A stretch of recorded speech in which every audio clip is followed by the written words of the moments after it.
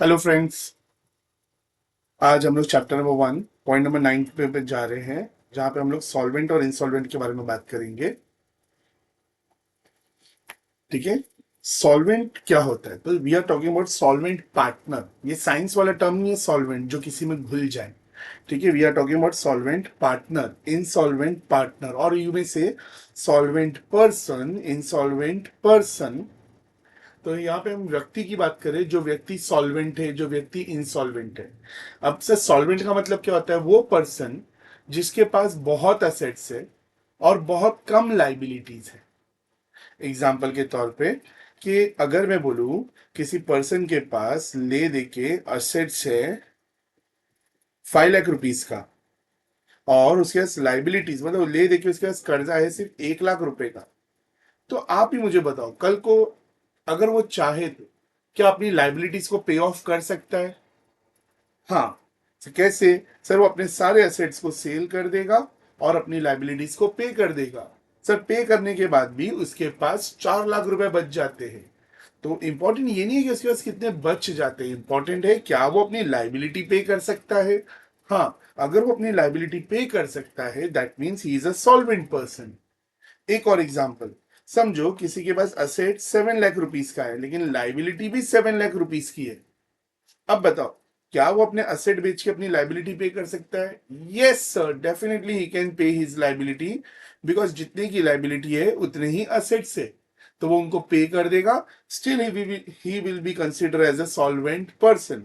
लिखा भी है, अ सॉल्वेंट पर्सन यानी कि a person assets are more than or equal to his liability.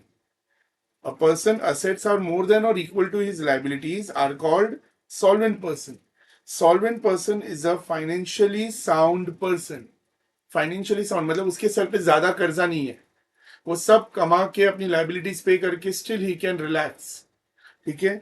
Where is insolvent, insolvent को हम लोग क्या बोलते हैं? जो बोलते हैं मैं बैंक करप्ट हो चुका हूं, मैं कंगाल हो चुका हूं, that is called, those person are called as insolvent person. ठीक है। अब a person whose liabilities are more than asset. For example मतलब अभी देखो, यहाँ पे अगर मैं बोलूँ किसी के पास असेट है, किसी के पास लाइबिलिटी है, लाइबिलिटी 10 लाख का है वेर एज असेट 8 लाख रुपए का है, तो सर वो असेट बेच के भी लाइबिलिटी क्लियर नहीं कर सकता। तो ऐसे पर्सन को क्या बोलते हैं हम लोग? इंसॉल्वेंट बोलते हैं। क्या बोलते हैं? Insolvent. A person whose liabilities are more than asset is called insolvent. फिर फुल स्टॉप के बाद क्या लिखा है? Insolvency can only be declared by court. Insolvency can only be declared by court. वो सिर्फ कोर्ट ही है जो आपको बोल सकता है कि आप इंसॉल्वेंट हो, नहीं तो हर कोई ऐरा गैरा यही लोगों को बोलेगा मैं गरीब हूं, मेरे पास पैसे नहीं है। But that is not acceptable ना। लोग तो ऐसे ही चूना लगाते रहेंगे, तो क्या हम मान ले? नहीं। बट अगर गवर्नमेंट डिक्लेयर कर देगा कि yes that particular person is insolvent because government ने उसकी बुक्स ऑफ अकाउंट को देखा है, तो हम लोग उनको इंसॉल्वेंट पर्सन बोलते हैं। आई होप ये पॉइंट नंबर 9 क्लियर हुआ। अब हम लोग आते हैं पॉइंट नंबर 10। 10 क्या है? गुडविल।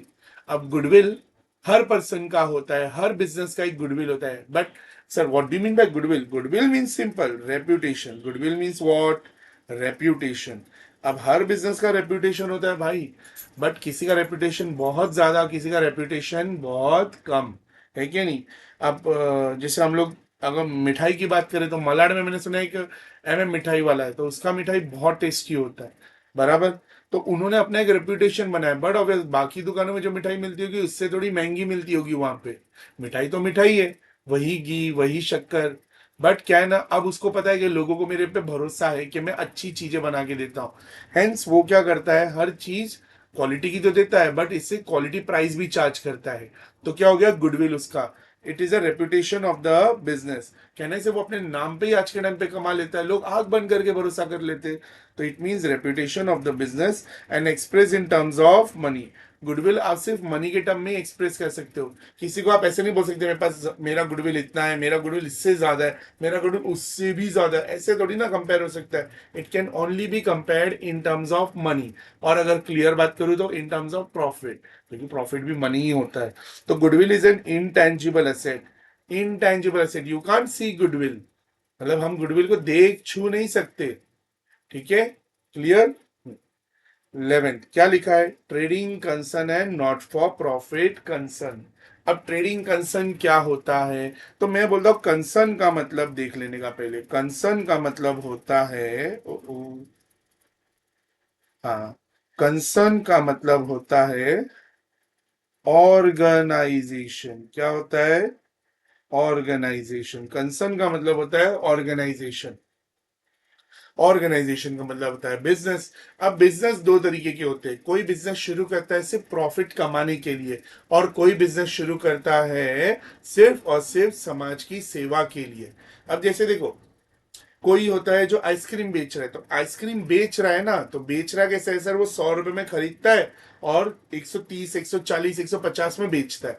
तो उसके पीछे जो भी बेच रहा है और एक्स्ट्रा कमा रहा है, वो उसका प्रॉफिट हुआ। हाँ, बराबर है कि नहीं? अब कोई समाज सेवा के लिए काम कर रहा है, उसने सोचा चलो भाई लोगों का भला करते हैं। भला कैसे कर रहा है समझो, एग्जाम्पल के लिए वो सोचा सबको कपड़े देते हैं, बांटना फ्री में नहीं बांट रहा है वो। ठीक है, फ्री में नहीं बांट रहा है वो। एज्यूम करते हैं कि अगर वो किधर से 20 रुपया या सॉरी 1000 रुपए का कपड़ा खरीदता है, तो 1000 रुपए का ही कपड़ा देता है, उसमें अपना कोई मार्जिन नहीं रखता। That is called service oriented, समाज सेवा। अब ऐसे तो मैं भी सर्विस सेक्टर में ही हूं, लेकिन मैं भी तो प्रॉफिट मोटिव ही काम कर रहा हूं ना। अगर मैं किसी को पढ़ा रहा हूं तो बड़ा ऑब्वियस मैं उससे कुछ फीस चार्ज करूंगा। हाँ या ना? यस। तो यहाँ पे देखो ये क्या लिखा है, trading concern a business with an object of earning profit. कोई भी बिजनेस सिर्फ जिसका मेन ऑब्जेक्टिव प्रॉफिट होगा, गुड्स को बेच के, is known as trading concern. खरीद के बेचना, इसी को ट्रेडिंग बोलते हैं, खरीद के बेचना। Not for profit concern a business with an object of not earning profit, मतलब प्रॉफिट के पीछे नहीं भाग रहा है वो, काम कर रहा है, प्रॉफिट के पीछे नहीं भाग रहा है। अगेन वो फ्री में नहीं बेच दे रहा है माल, कि 1000 में खुद से खरीदा, इधर लो फ्री लो फ्री लो, ऐसा नहीं है। ठीक है, हाँ 1000 में लिया, 1000 में दिया, इसमें मार्जिन नहीं रखा। ठीक है। अब business with an object of not earning profit but for rendering service is known as not for profit concern. Clear? फिर देखो 12वां पॉइंट क्या है, अकाउंटिंग ईयर। अकाउंटिंग ईयर क्या होता है सर? अकाउंटिंग ईयर, ईयर बोलते ही मेरे दिमाग में क्या आता है सर? 1 ईयर। ये सब जो लिख रहा हूं आप भी लिख लेना पॉज करके एंड ऑल। 1 ईयर। 1 ईयर में कितने महीने होते हैं सर? 12 महीने होते हैं। तो वही लिखा, इट कंसिस्ट ऑफ 12 मंथ। आप देखो भाई, हर बिजनेसमैन हो या एक स्टूडेंट हो, स्टूडेंट का भी पूरा एकेडमिक ईयर बीतता है ना, उसके बाद ही डिसाइड होता है वो अगले साल प्रमोट होगा कि नहीं होगा। बराबर। एक एग्जाम खराब जाने से, एक पेपर खराब जाने से आपकी कोई क्रेडिटेबिलिटी खराब नहीं होती। बराबर ना? तो इसीलिए अकाउंटिंग ईयर में भी क्या होता है, अप्रैल से मार्च होता है हमारा साल, 12 महीना। अप्रैल में शुरू किया तो अगले साल जाके मार्च में वो आपका ईयर एंड होगा। तो 12 महीने होते हैं, क्योंकि बिजनेस 12 महीने चलता नहीं है, चलाना पड़ता है। मतलब ये कि कोई भी बिजनेस 12 महीने एकदम लगातार नहीं चलता। 12 महीने धंधा दिखता है चालू है, लेकिन 12 महीने लगातार नहीं चलता। कोई कपड़े का ही बिजनेस ले लो, बराबर है कि नहीं? शेरवानियों का बिजनेस ले लो, शादी के सीजन में ज्यादा बिकता है, हाँ के ना? और नॉर्मल टाइम पे थोड़ी ना बिकता है ये सब चीजें। गोल्ड देख लो, त्योहारों में बिकता है, नॉर्मल डेज में थोड़ी ना बिकता है। बर्थडे बर्थडे आता है, लेकिन क्या हर हस्बैंड अपनी बीवी को हर बर्थडे पे गोल्ड देता बैठेगा क्या? नहीं ना। लेकिन त्योहारों में हम लोग कैसे भी करके जमा कर करके, त्योहारों में एक ज्वेलरी के शोरूम में बहुत भीड़ होती है, बाकी टाइम पे थोड़ी एवरेज भीड़ होती है, लेकिन उसको अपना शॉप चालू रखना पड़ता है ना। तो 12 महीने का पूरा बिजनेस में इनकम और 12 महीने के खर्चों को कंपेयर करने के बाद डिसीजन लेना चाहिए कि बिजनेस में प्रॉफिट हुआ है या लॉस हुआ है। ठीक है, तो अकाउंटिंग ईयर भी इधर ओवर हो गया। अब डेप्रिसिएशन, हमने एक पॉइंट किया था, फिक्स्ड असेट। मैं दिखा रहा हूं, फिक्स्ड असेट हमने एक पॉइंट किया था यहाँ पे। सब फिक्स्ड एसेट क्या होता है? लॉन्ग टर्म एसेट होता है, वो बेचने के लिए नहीं होता।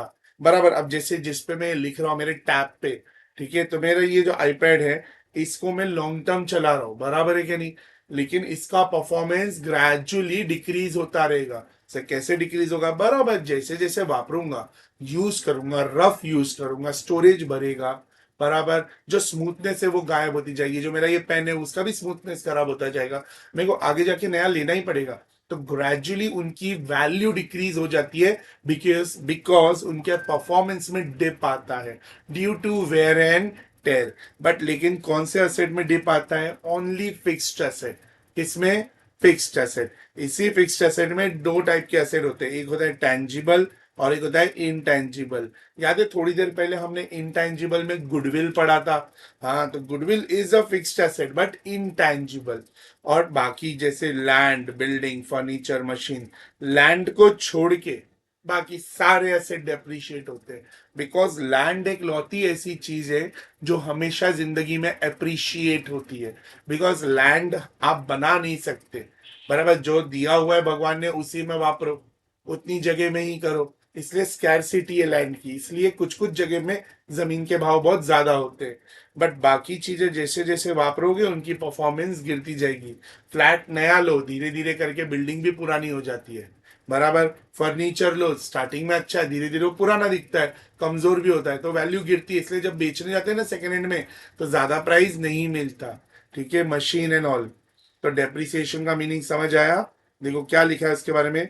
It means reduction in the value of fixed asset due to wear and tear is called depreciation. Due to wear and tear is called depreciation. अब narration, sir what do you mean bye narration? ये आपको काम आएगा chapter 3 में, फिर भी इधर बता रहा हूँ कि कभी पूछ ले। चैप्टर 3 में ना हम लोग करेंगे जर्नल एंट्री। क्या करेंगे? Journal entry. तो जैसे हम एंट्रीज करेंगे, तो एंट्रीज के नीचे ब्रैकेट में एक इंफॉर्मेशन लिखना रहता है, they are called as narration. Narration bracket से शुरू होता है, पहला वर्ड बीइंग होता है। पहला वर्ड क्या होता है? बीइंग, और एंड ब्रैकेट हो क्लोज करके हो जाएगा। बट उसके बीच में क्या लिखूंगा? वही लिखा है narration. A brief explanation of business transaction for which an entry is passed is called narration. जो ट्रांजेक्शन था जिसको मद्देनजर रखते हुए हमने उसकी एंट्री पास की, उसी के बारे में एक एक्सप्लेनेशन लिखना है, that is called narration. I hope this is clear. Now, discount, the most important point, which you will use it every now and then in chapter number 3 and chapter number 4. Sorry, ऐसे नहीं लिखना चाहिए। Chapter number 3, 4 and 5 में use करते ही रहोगे। तो पहला word discount, girls boys सब लोगों को पसंद है डिस्काउंट, है क्या नहीं? तो इट इज अ कंसेशन और allowance given by seller to the buyer. ये डिस्काउंट हमेशा बेचने, देखो मांगते हम हैं, लेकिन जब तक दुकानदार हाँ नहीं बोलेगा हमें वो माल डिस्काउंट पे नहीं मिलेगा। मानते हो ना? That is why it is a concession और allowances given by seller to the buyer. Is that clear? Types of discount की बात करते हैं। डिस्काउंट दो टाइप के होते हैं बेटा। एक, जब हम दुकान में जाते, एग्जाम्पल सिंपल, पहले एक डिस्काउंट की बात करते हैं। जब हम लोग दुकान में जाते, हमें एक टी शर्ट पसंद आई जाती है, ड्राइंग मेरी खराब है। हाँ, हाँ, ऐसी सब ये टी शर्ट है। तो ये टी शर्ट हमें पसंद आ जाती है। अब इसका प्राइस दुकानदार बोलता है 500 रुपया। मम्मी कितना बोलती है? 150 रुपया देगी बोलती है। कितना देगी? 150 रुपया। हमें तो शर्म आती ही आती है, लेकिन फिर दुकानदार से बार्गेन करते करते करते करते मम्मी यही शर्ट 260 रुपए में खरीद ही लेती है, और दुकानदार इतना गिर भी जाता है प्राइस में, हाँ या ना? बराबर। अब एक सिंपल सा सवाल, दुकानदार बिल कितने का बनाएगा? ले रही अभी मम्मी ये सामान, पैसा भी दे रही है मम्मी हाथों हाथ, सिर्फ इतना बताओ दुकानदार बिल कितने का बनाएगा? 500 का बनाएगा या 260 का बनाएगा? यस, 260 का बनाएगा। ध्यान देना, हमेशा सीधा 260 लिखेगा। अगर बिल भी बनाया होगा ना, वो सीधा लिखेगा एक टी शर्ट 260, खत्म। वो ऐसा नहीं करेगा 500 में से 240 माइनस हुआ, ऐसा कभी नहीं लिखेगा। सीधा 260 कि हमने माल बेचा कितने में, बात ही खत्म। 260। क्लियर? ऐसा कभी हुआ है? हाँ हुआ है सर। एग्जाम्पल और देता हूं कि जब हम लोग फ्लैट खरीदने जाते हैं, फ्लैट, तो हम लोग देखते हैं कि हाँ चलो यार जेपी इंफ्रा में चले जाते हैं। वहां पे मैंने उसका होर्डिंग देखा, 59.80 lakhs में 1 BHK 1 bedroom हॉल किचन मिल रहा है।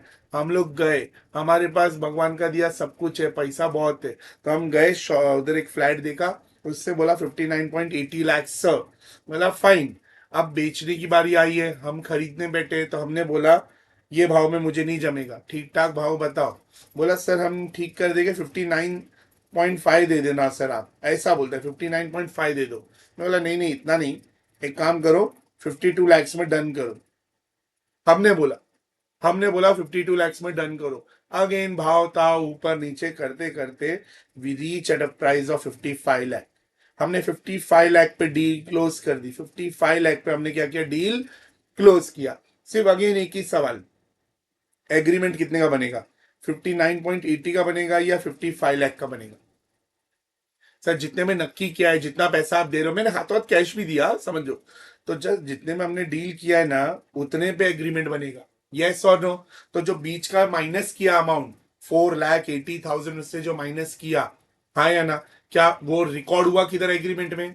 नहीं सर, वो चीजें रिकॉर्ड नहीं हुई है। वही चीज इधर देखो भी पढ़ते, trade discount it is calculated on catalogue price, list price. Sir ये what do mean by catalogue? अरे वही है जो होर्डिंग वोर्डिंग में लिख के देते हैं, बराबर ऐसे ब्रोशर ओपन करके देते हैं, सर देखो ना लिस्ट में क्या लिखा है, सेम प्राइस है। तभी आप लोग की मम्मी लोग भी क्या बोलते हैं, ये छोड़ो ये सब लिस्ट विस्ट मत दिखाओ, खुद प्रिंट मार के रखते हो, बाद में बोलते हैं ये भाव पे बेचो, तो आप बोलोगे थोड़ी ना मैं लूंगी वही प्राइस पे, राइट और रॉन्ग? तो it is calculated on the catalogue price और list price. It is allowed at the time of purchase and sale. हाँ खरीदने बेचने के टाइम पे ये सब होता है। Hence trade discount is deducted but not recorded. Sir minus तो हुआ 59 में से 4.80 लाख माइनस किया तो 55 लाख पे पहुंच गए, बट ये 4.8 लाख कभी भी रिकॉर्ड नहीं होता। तो वही लिखा, hence trade discount is deducted but not recorded. Is that clear everybody? Good. अब cash discount. Sir what do you mean by cash discount? Cash discount is given for prompt payment. क्या? Prompt payment. अब prompt payment क्या होता है sir? Simple, आपने मेरे पास admission लिया तो मैंने आपको बोल दिया कि समझो कि अपना फीस है 25,000। कितना है? 25,000 मैंने फीस बोल दी। तो आपके पापा जी ने बोला ठीक है अभी मैं आपको 10,000 दे देता हूँ, बाकी का 15,000 मैं आपको तीन तीन तीन तीन तीन करके दूंगा। मैंने बोला चलो ठीक है, कर दिया। हर महीने के तीन तीन हो गए। अब जैसे ही मैंने पहला इंस्टॉलमेंट मांगा ना, तो आपके फादर इज लाइक अभी तो दिया था। मैंने सर लेकिन आपने इंस्टॉलमेंट बनाया था। तो your father is now little bit worried. बोलते कि तीन तीन तीन है, तो एक काम करो ना, वन टाइम पेमेंट करूंगा तो कितना? मैं ना वन टाइम करोगे तो भी 15 ही देना पड़ेगा आपको, बाकी है आपका 15। बोलते सर कुछ तो कंसेशन करो, मैं आपको 5 महीना नहीं रुकाऊंगा, अभी के अभी क्लियर कर देता हूँ। मैंने बोला राहुल, मनी मन बात किया कि राहुल,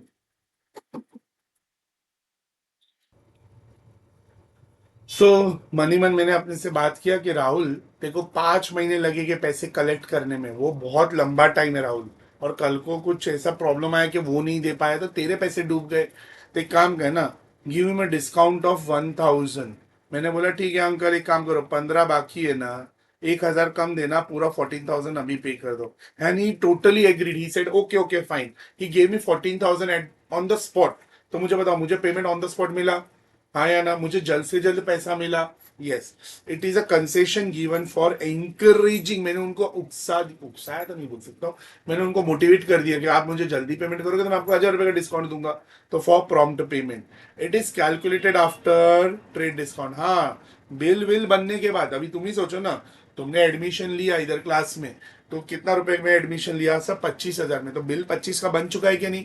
हाँ सर 25 में बन चुका है। तो बिल बन चुका है मतलब ट्रेड डिस्काउंट सब हो चुका होगा पहले ही। Yes sir. तो बिल बनने के बाद ही आता है, तो it is calculated after trade discount. It is deducted and recorded.